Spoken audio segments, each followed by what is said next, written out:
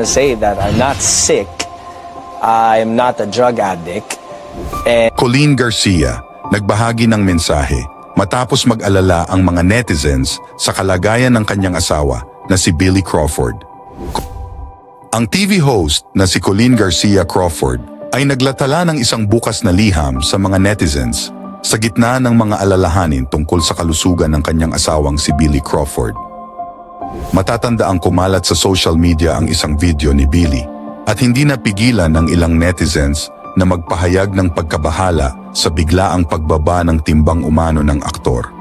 Sa kanyang Facebook post, nagpost si Colleen ng larawan niya sa kanyang normal na hitsura sa bahay na pinaniniwalaang tugon sa mga taong nag-isip tungkol sa kalusugan ni Billy.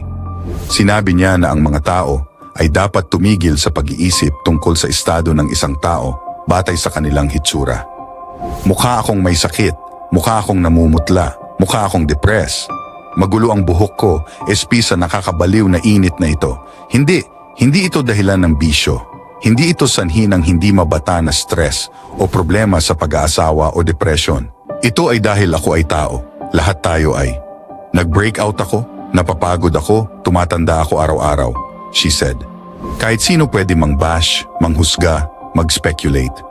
O maaari nating bawasan yon at gawin itong mas ligtas para sa mga tao na maging totoo. Dahil walang sino man ang dapat na makaramdam na kailangan nilang magsuot ng maskara para lamang matanggap. Showbiz is a switch we turn on until we get to shed the makeup, the hair extensions, and the pretensions and just be.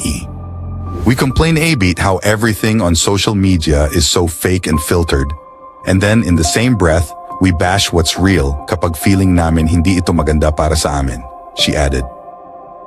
Nakatanggap si Colleen ng napakalaking suporta mula sa mga tagahanga at sinabi sa mga kritiko na itigil na ang pagkalat ng tsismis tungkol kay Billy. laman ng lahat kung bakit ako ganito kapayat. A year and a half ago, bago ako kinasal, or maybe almost 2 years ago, bago ako kinasal, I was 235 pounds. On TV is not a joke. No. So, I had to take something seriously. I had to either take my job seriously, my health seriously. So, I tried to lose the weight. Colleen helped me through everything.